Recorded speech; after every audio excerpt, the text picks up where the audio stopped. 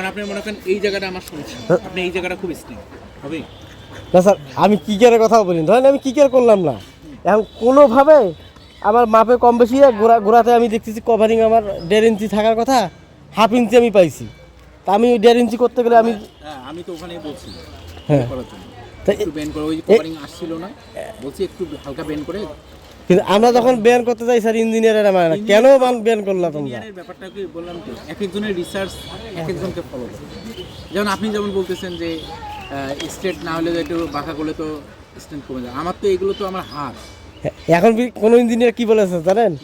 কয় ধরো তোমার একটা পা ভাঙি গেছে, তুমি কি আগের মতো শক্তি পাবা?